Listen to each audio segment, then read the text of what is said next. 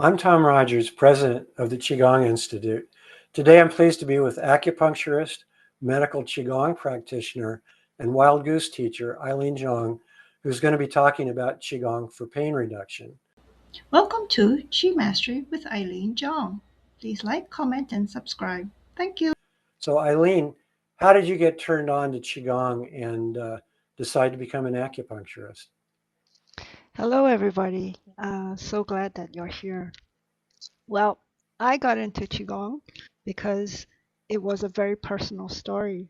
I originally came from a background of struggling with chronic physical and emotional health issues that conventional approaches was just not fully resolving. I experienced firsthand how pain and stress can become chronic patterns in the body and nervous system. When I encountered Qigong and Chinese medicine, it was the first time I experienced a system that looked at the whole person rather than isolated symptoms. And through my regular consistent practice, breathing, movement, awareness training, and acupuncture from somebody else, and lifestyle regulation, I gradually regained my health and stability. That experience completely changed my life. It inspired me to become a licensed acupuncturist and dedicate myself to helping others develop tools for long-term healing and self-regulation.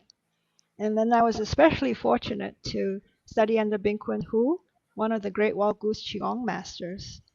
And Dr. Hu emphasized that Qigong is not about forcing the body, but about restoring natural flow, rhythm, adaptability, and connection between body and mind. And so those principles continue to shape both my clinical practice and teaching today. So, how does Qigong help reduce chronic pain? First, let's define what Qigong is. Qigong, Qi, subtle energy, and Gong is the effort or the work to manage it. It combines both movement, breathing, and awareness. And so it's a traditional Chinese exercise system supporting self-regulation and whole person health. And so MBA is how I've been teaching Qigong all these years, since 2002. And new for this year, my MBA framework is expanded to be M, movement with awareness, B, breathing to balance your activation and recovery, and A, to adjust continually to stay in balance based on internal feedback. So, what would you say are the main differences between Western medicine and TCM approaches to pain management?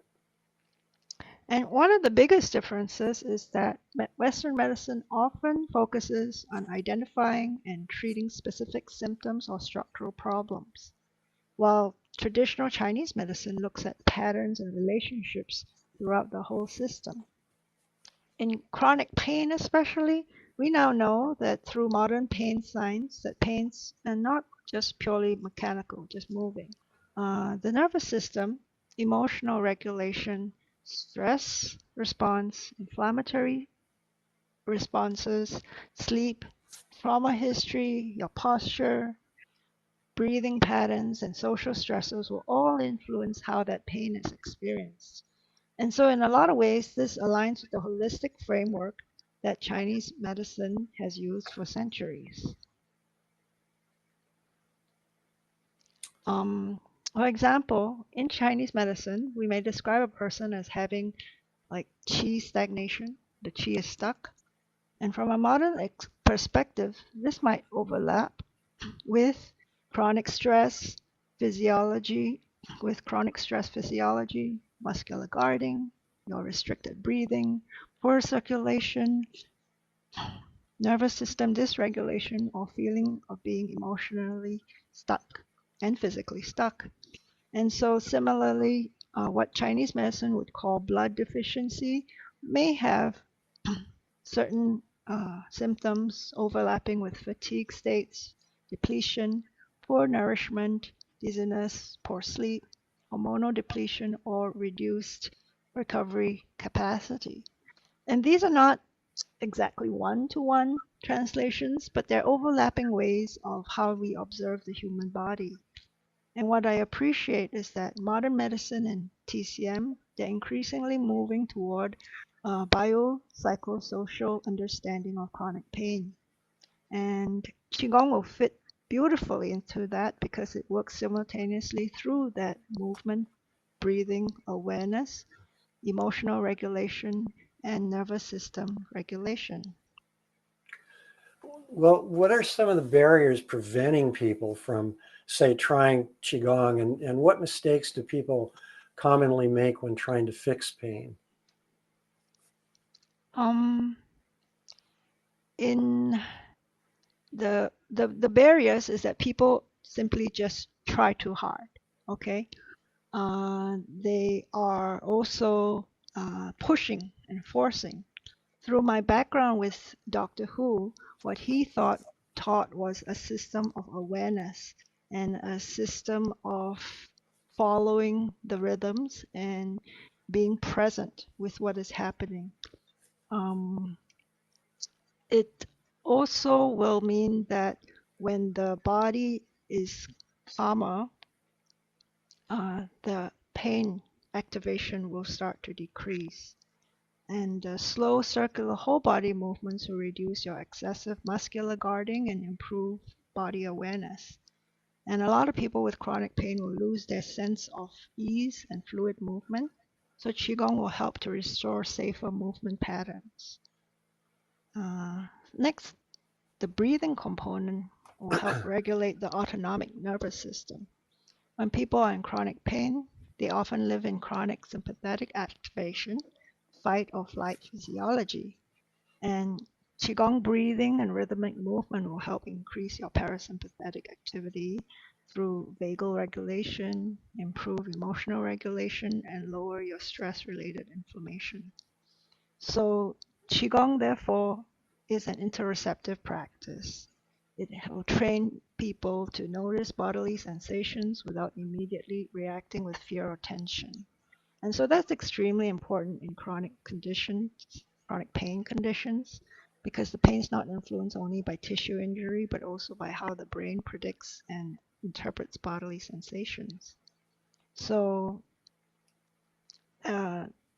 all this, sometimes people are intimidated because it means being present. And so that can sometimes be the barrier to entry.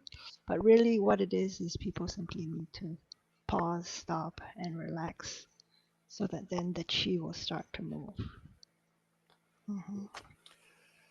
And how does 12 Treasures Qigong support this daily pain-free living? 12 Treasures Qigong is a very simple practice because it will allow us to be present, allow us to move the chi from center to periphery in continuous flow. The body will respond very differently to circular integrated movement patterns compared to the rigid, tight, disconnected movement. So in Qigong, we're not trying to fight the body, we're trying to help the body remember how to regulate itself again.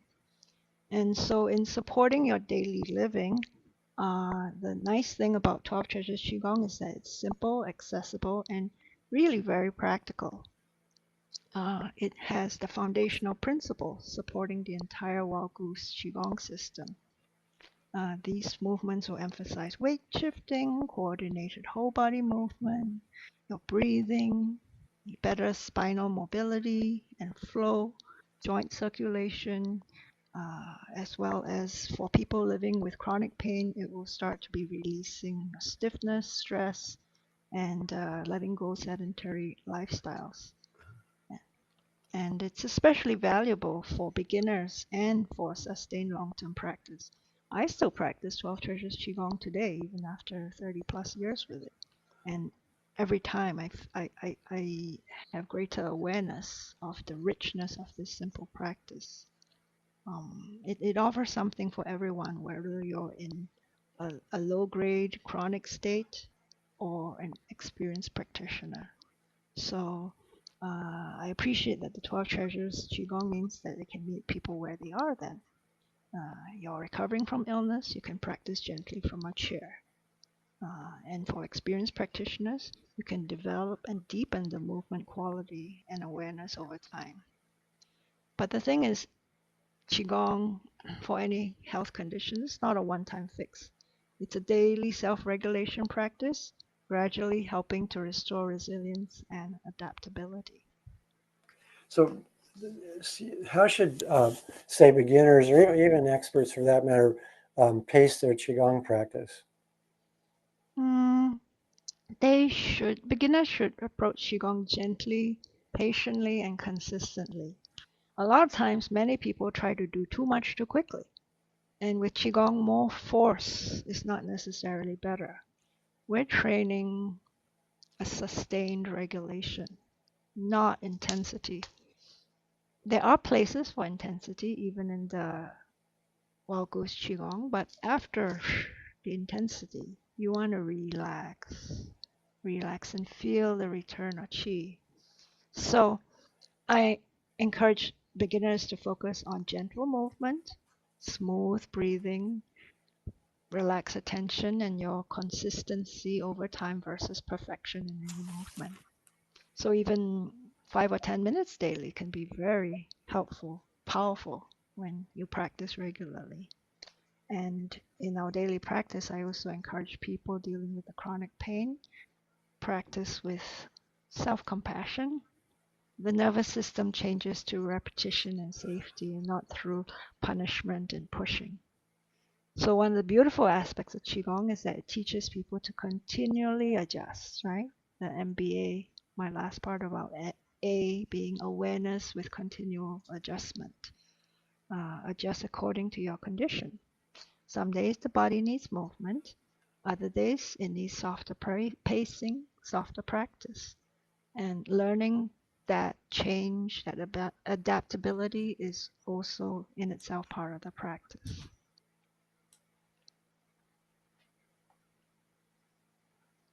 And so we're going to be doing a little bit of 12 Treasures Qigong practice. And I'll attach the video after this. 12 Treasures Qigong has these lists of Qigongs that my master came up with. We'll have movements with the big guy, embrace the world, birthday candles to indicate round circular movement in the wrists and the hands. Rowboat is for circles in the perpendicular plane, forward and backward, knee to toe. Also, there's single-sided movement with dog paddling, walk in place. Then we'll play with the Qi ball. That's a very, very typical Qigong Tai Chi movement to allow for the body to pivot and turn and rotate gently as well as twisting. That twisting movement in the torso is really important in order to strengthen your core and to have bigger range of motion. Rejuvenation will get the whole body movement in a bigger way. And between heaven and earth will be simply just to bring the Qi and flow back to our body. And a little bit of fireworks. We just had 4th of July, so a little bit of fireworks to add pep in the energy in the body. And then we refocus again with a little bit of whole body primordial movement. So, yeah. And I want to thank Tom and the Qigong Institute for providing this opportunity to share Qigong with everyone, and that I hope that with your regular practice, it'll benefit your health and your sense of peace in the world. So thank you very much, Tom. I've enjoyed this for a long, long time, these practices, and I think people are going to get a lot of benefit from them. Thanks for presenting this. All right. Thanks very much, and look for the video next in the notes below. Thank you so much. And I always say in my videos on YouTube that love to all the world. Make sure to check out my YouTube channel for Qi-Mastery, and also my website is also Qi-Mastery. Get out your camera and get the QR code there. Okay. Thank you so much, and love to all the world. Bye. Thanks. Thanks for watching. Continue your healing journey with any of these videos.